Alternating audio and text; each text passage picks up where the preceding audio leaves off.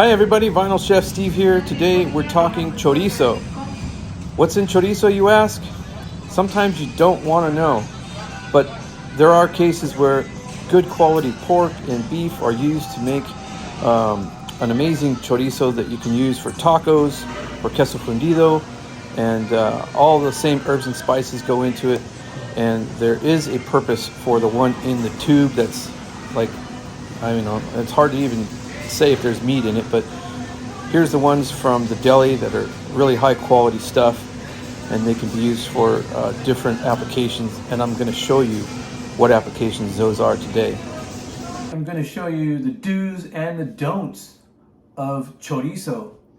Yeah, there's not just one chorizo out there, and there's not just one dish that involves chorizo. There's many things that chorizo is used for. There's raw chorizo, there's cooked chorizo that you can serve on a charcuterie platter, and those are all different options, but mainly the way we eat chorizo here is usually in chorizo and eggs, chorizo con potatoes or chorizo con papas, as you'll see in one of my other videos where I make chorizo con papas, and for that recipe I use a certain type of chorizo. When we want chorizo tacos, we use another type of chorizo, and when we want to have like queso fundido, we also use another type of chorizo. So they all have their place. I'm going to show you how not to make the mistake and purchase the wrong chorizo for the wrong dish. So we're going to show you how they break down and how each one of them cooks that I use, and what I use them for. So first of all, we'll go ahead and start with what I use for the chorizo and potatoes and the chorizo and eggs usually, and it's the tubular kind. This is from Cacique. You can use this.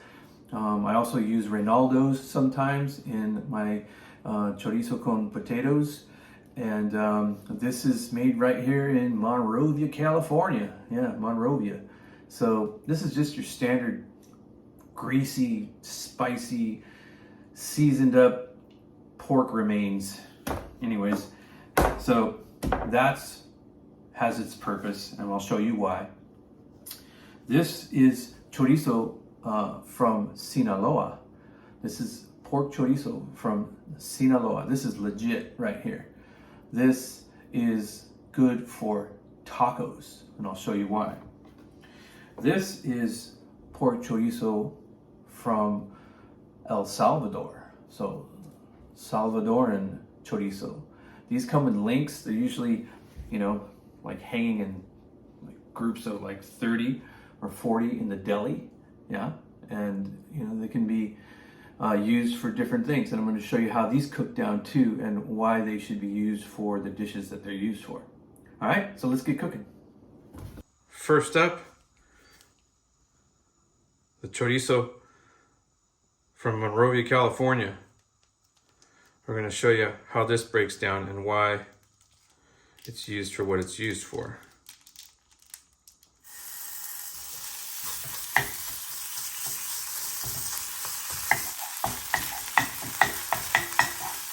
This is why the tube chorizo doesn't work really good for tacos.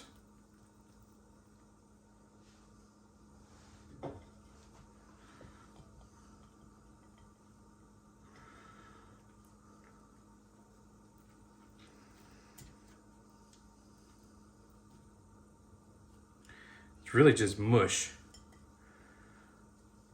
Yeah, doesn't really stay in the taco. So even though that might look tasty, and probably is,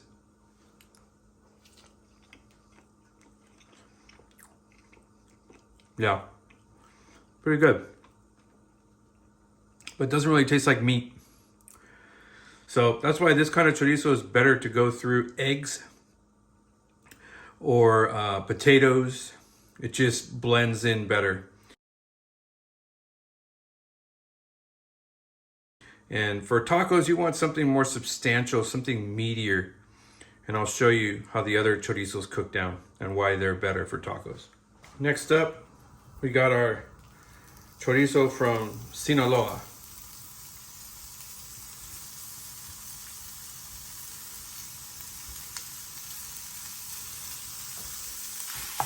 You can see how that's actually meat.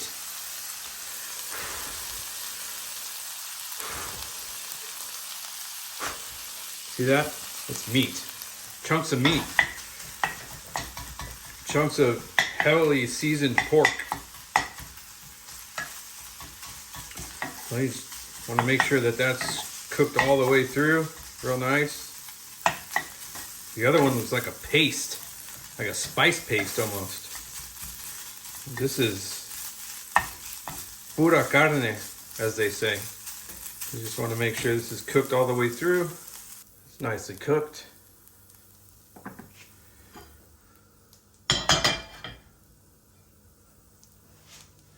See how good it goes on to tortilla. Nicely. Looks like meat, doesn't it?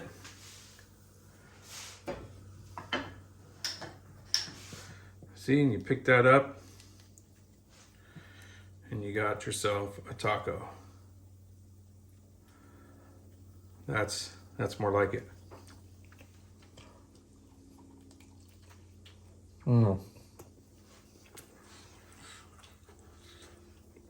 Yeah. That's chorizo. Meat. Actual meat. Oh yeah. Man, that's good. On to the Salvadorian chorizo. This is probably my favorite.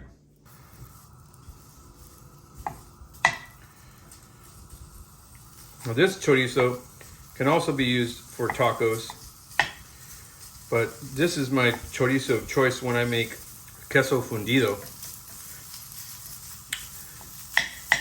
which is the melted cheese with the chorizo on top. Yeah. I just take the spatula and pound on it like this.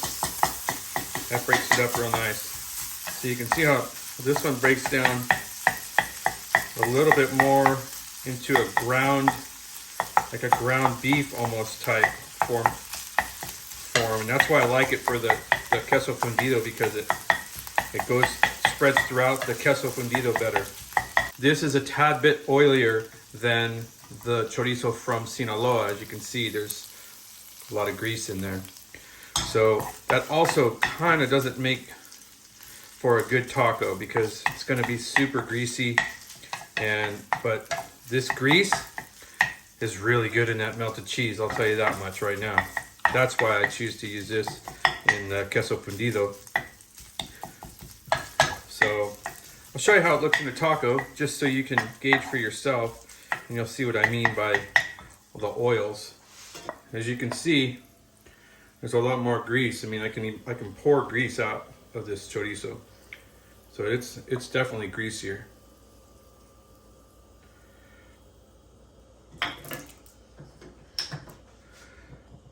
So if we pick this up, let me just squeeze it. You can see all that grease? Yeah, that's not good in a taco, but oh yeah, the flavor, amazing. Just too greasy for a taco. All right, so there you have it.